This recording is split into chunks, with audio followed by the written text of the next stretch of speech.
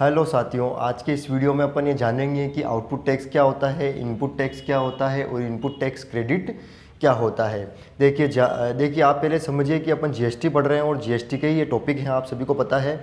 GST में क्या होता है कि गुड्स परचेज सेल सब होता है, सारा कुछ होता है। अपन बिजनेसमैन, आप अपने आप को या तो बिजनेसमैन मान लें या आप ये मान लें कि आप किसी बिजनेस में अकाउंटेड हैं, ठीक है। तो आपका मेन काम क्या है, आप गुड्स परचेज करते हैं, सेल करते हैं, परचेज करते हैं और सेल करते हैं, ठीक है। क्योंकि व्यापारी का, बिजनेसमैन का मेन काम ही यही होता है कि गुड्स को या तो बनाता है या परचेज करता है, सेल करता है, ठीक है। तो जब आप गुड्स को परचेज करेंगे उसके बाद आप सेल करेंगे, सेल आप अपने कस्टमर को, अपने ग्राहक को करेंगे। तो जब ग्राहक को आप टैक्स, जब आप सेल करेंगे तो सेल करते समय जो आप उससे टैक्स लेंगे वो आउटपुट टैक्स कहलाता है, ठीक है। मान लीजिए आपने महीने भर में 20,000 यानी 20,000 रुपये का जो है टैक्स कलेक्ट किया है ग्राहक से, ठीक है, अपने ग्राहक से टैक्स लिया है। इसलिए इसको मैं आगे थोड़ा सा लिख देता हूँ, ये सेल्स टैक्स मतलब सेल्स पे प्राप्त हुआ टैक्स। बाकी है जीएसटी, ये ध्यान रखिएगा, खाली मैं समझने के लिए सेल्स टैक्स लिख रहा हूँ, ठीक है। तो 20,000 रुपये टैक्स लग गया, ग्राहक से ले लिया अपन ने गुड्स सेल करते वक्त, ठीक है। अब उसके बाद इनपुट क्या होता है, इनपुट टैक्स मतलब होता है जब आपने गुड्स परचेज किया तो परचेज करते वक्त जो आपने टैक्स दिया है वो इनपुट टैक्स, क्योंकि आपने जब परचेज किया होगा तब भी आपने टैक्स तो दिया होगा ना, ऐसा तो हो नहीं सकता है कि आपने परचेज करते वक्त टैक्स नहीं दिया है, ठीक है। तो वो इनपुट टैक्स कहलाता है। मान लो आपके इनपुट टैक्स जो था वो 15,000 रुपये था, ठीक है। तो ये इनपुट टैक्स यानी ये किस पे लगता है, परचेज पे, इसलिए मैं आगे लिख देता हूँ परचेज पे लगने वाला टैक्स, ठीक है। तो अब आप समझ गए होंगे कि इनपुट टैक्स क्या है और आउटपुट टैक्स क्या है। अब बात करते हैं आईटीसी क्या होता है। आईटीसी का सीधी सी कंडीशन होती है कि आउटपुट टैक्स में से इनपुट टैक्स माइनस कर दो, यानी आउटपुट टैक्स कितना है 20,000 रुपीज़, उसमें से 15,000 यानी 15,000 रुपये जो है आपके इनपुट टैक्स माइनस हो जाएगा। क्योंकि देखिए आपने ग्राहक से कितना टैक्स लिया था 20,000 रुपये, लेकिन ये ग्राहक से लिया हुआ टैक्स आपको गवर्नमेंट को पे नहीं करना है, क्योंकि गवर्नमेंट को आपको वो टैक्स पे करना है जो इन दोनों का अंतर है। क्यों? देखिए आपने जब गुड्स खरीदा उसी गुड्स पे आपने 15,000 रुपये टैक्स तो दे दिया ना खरीदते वक्त, तो 15,000 रुपये आपने उस बिजनेसमैन को दिया जिससे आपने ये परचेज किया था गुड्स, वो क्या करेगा, सरकार को जमा करा देगा, तो 15,000 रुपये सरकार के पास चले जाएंगे। तो अब सरकार ये बोलती है कि 15,000 रुपये तो आपने पहले ही दे दिए, तो 20,000 रुपये आपने ग्राहक से लिए, ठीक है, उसमें से 15,000 रुपये माइनस हो जाएंगे। तो ये 15,000 रुपये जो माइनस होंगे यही आईटीसी कहलाएगा। यानी इनपुट टैक्स जो था आपकी, ये इनपुट टैक्स, इस इनपुट टैक्स की ही आपको यहाँ पे जमा मिल जाएगी, उसी को बोलते हैं इनपुट टैक्स क्रेडिट, ठीक है। इनपुट टैक्स की क्रेडिट मिल जाती है, सीधी सी बात है। यानी आउटपुट टैक्स में से इनपुट टैक्स माइनस हो जाता है और जितना इनपुट टैक्स माइनस होता है उसी को आईटीसी कहा जाता है। तो अब आपको गवर्नमेंट को 5,000 यानी 5,000 रुपये टैक्स पे करना होगा। गवर्नमेंट को कितना टैक्स पे करना होगा आपको, 5,000 रुपये। ध्यान रखिएगा हमेशा आपको आउटपुट टैक्स में से इनपुट टैक्स माइनस करना है, यानी आपने जो ग्राहक से को बेचा उससे जो टैक्स लिया उसमें से इनपुट टैक्स को माइनस करना, और जितना आप इनपुट टैक्स माइनस करेंगे बस वही आपके आईटीसी कहलाएगा, इनपुट टैक्स क्रेडिट कहलाएगा। इसको अपन एक एग्जाम्पल लेते हैं साथियों और उस एग्जाम्पल से पूरा क्लियर समझने की और कोशिश करते हैं। हाँ तो साथियों अब अपन ये लेते हैं कि 3 व्यापारी मान लेते हैं, अपन 3 बिजनेसमैन मान लेते हैं, ए, बी और सी, ठीक है। अब अपन थोड़ा सा ध्यान समझने की कोशिश करते हैं। ध्यान रखिएगा जीएसटी में कभी भी टैक्स के ऊपर टैक्स नहीं लगता है, इसलिए अगर आप इसको ध्यान से समझेंगे तभी पूरी बात को समझ पाएंगे। अगर आप वीडियो को आधा अधूरा छोड़ के चले जाएंगे तो पूरी बात आपको समझ में नहीं आएगी, फिर आप कमेंट्स में लिखेंगे सर ये समझ में नहीं आई बात। और दूसरी बात यह है कि अगर आपको लग रहा है कि हम अच्छा काम करें तो प्लीज़ इस चैनल को जरूर सब्सक्राइब करें, इस वीडियो को शेयर करें, लाइक करें, हमारा उत्साह बढ़ाएं ताकि इससे रिलेटेड वीडियो आपको और मिलते रहें। और इस चैनल पे आपको और भी काफ़ी इनकम टैक्स और जीएसटी से रिलेटेड वीडियो मिल जाएंगे, इसलिए आप ज़रूर इसको सब्सक्राइब करें। तो चलिए अपन लेते हैं कि जैसे मान लो एक व्यापारी है ए जिसने 1 लाख रुपए का गुड्स अपने यहाँ से सेल किया है, ठीक है। थोड़ी कैलकुलेशन आसान हो जाए अपने लिए, इसलिए थोड़ा सा अमाउंट अपन ऐसे लेंगे।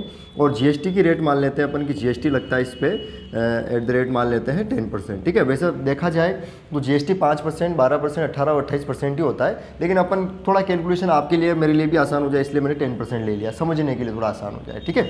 तो 1 लाख रुपए में ये गुड्स सेल कर रहा है, लेकिन 10% उस पर जीएसटी है, तो 1 लाख का 10% आपको जीएसटी निकालना होगा, ठीक है। तो आपको सभी को पता होगा कि 1 लाख का 10% कितना होता है 10,000 रुपये, यानी 10,000 रुपीज़ इस पर टैक्स लगेगा, ठीक है। तो यह व्यक्ति क्या करेगा, 1 लाख में प्लस 10,000 टैक्स के जोड़ेगा और 1,10,000 रुपये में अपना गुड्स आगे सेल कर देगा।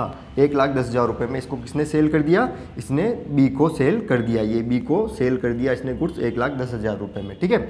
अब ध्यान से समझिएगा, मैं आगे पूरी बात समझाता हुआ चलूँगा आपको। अब 1,10,000 रुपये में उसने परचेज कर लिया, लेकिन ध्यान दीजिए अगर आपको आगे जीएसटी लगाना है ना तो 1,10,000 में से जो टैक्स है यानी आपने जो गुड्स खरीदा ना, उस ध्यान रखिएगा, आपने जो गुड्स खरीदा उस खरीदे हुए गुड्स में अगर टैक्स जुड़ा हुआ है तो टैक्स को आप पहले हटा दें, क्योंकि टैक्स के ऊपर टैक्स जीएसटी में नहीं लगता है।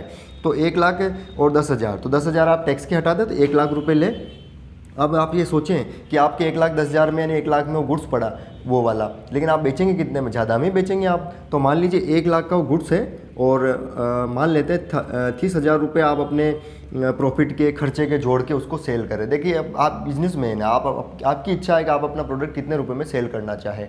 एमआरपी से ज़्यादा में सेल नहीं कर सकते हैं, कि वो अपन जानते हैं सब। एमआरपी मतलब उस प्रोडक्ट पे लिखी हुई एमआरपी, मैक्सिमम रिटेल प्राइस, लेकिन फिर भी एमआरपी से अंदर तो अपन सेल कर सकते हैं ना। तो अब अपनी इच्छा है कि अपन 1 लाख में खरीदा, लेकिन 30,000 रुपये आप अपने खर्चे के और प्रॉफिट के जोड़ रहे हैं, तो अपन इस प्रोडक्ट को 1,30,000 रुपये में आगे सेल कर रहे हैं। ध्यान दीजिए 1 लाख का वो प्रोडक्ट था, उसमें टैक्स नहीं जुड़ा हुआ है, और 30,000 अपने प्रॉफिट के और खर्चे के जोड़ सकते हो आप, लेकिन टैक्स जुड़ा हुआ नहीं होना चाहिए, ठीक है।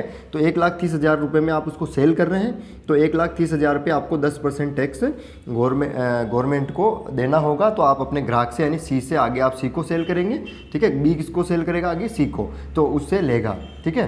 तो 13,000 रुपये वो टैक्स ले लेगा। तो ध्यान दीजिए इसके लिए आउटपुट टैक्स कितना हो जाएगा, 13,000 रुपये, ठीक है। 13,000 रुपये इसके लिए आउटपुट टैक्स हो जाएगा, ठीक है। इस 13,000 रुपये ये इससे सी से लिया, ये सरकार को देना था, गवर्नमेंट को, लेकिन गवर्नमेंट को ये 13,000 रुपये नहीं देगा, क्योंकि इसमें से इसने क्या किया था, जब प्रोडक्ट खरीदा था तो 10,000 रुपये टैक्स इसने ए को दे दिया था और ए ने किसको दे दिया, सरकार को, ठीक है। तो ए ने सरकार को दिया तो सरकार के पास यहाँ पे 10,000 रुपये चले गए। वापस समझिए कि 10,000 रुपये टैक्स इससे लिया था ए ने और सरकार को दे दिया, 10,000 रुपये सरकार के पास चले गए। वो 10,000 रुपये का जो टैक्स दे दिया वही इनपुट टैक्स है और इससे ही आईटीसी बोलते हैं। तो आउटपुट टैक्स में से हमेशा आप याद रखिएगा, आउटपुट टैक्स में से इनपुट टैक्स को माइनस करना, उसी को आईटीसी कहा जाता है, ठीक है।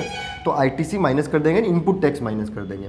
तो इनपुट टैक्स कितना है, 10,000 रुपये, यानी परचेज टैक्स में से, सेल्स टैक्स में से परचेज टैक्स को माइनस कर देंगे, ठीक है।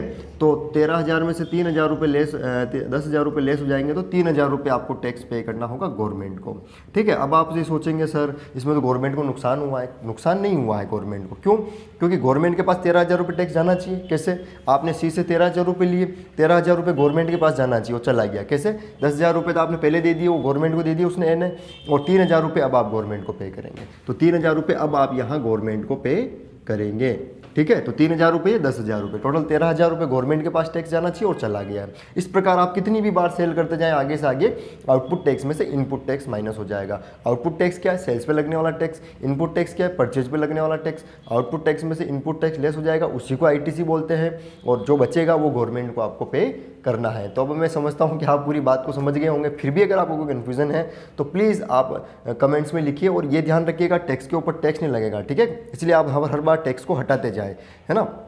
जैसे आगे और समझिए कि जैसे मान लो ये 1,30,000 में इसको गुड्स सेल कर रहा था, लेकिन 10% 13,000 रुपये इस पर टैक्स जुड़ा हुआ है, ठीक है। तो ये 1,43,000 रुपये में इसके गुड्स आएगा। कितने रुपये में आएगा, 1,43,000 रुपये में, क्योंकि 1,30,000 रुपये तो उसकी मेन वैल्यू है, प्लस 13,000 रुपये उस पर टैक्स बन रहा है, ठीक है, इस पर। तो 1,43,000 रुपये वो खरीदेगा, उसमें से टैक्स माइनस करेगा, फिर सेल करेगा, ठीक है। तो टैक्स को आपको हमेशा माइनस करना है। जब आप टैक्स लगाएं जीएसटी में, तब जो पीछे टैक्स जुड़ा हुआ है गुड्स में, उसको आपको माइनस कर देना है, ये ध्यान रखना है, ठीक है।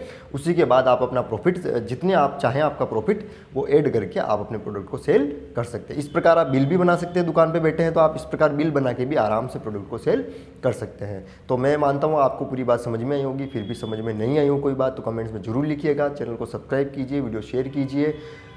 मिलते हैं साथियों अगले वीडियो में, तब तक के लिए जय हिंद।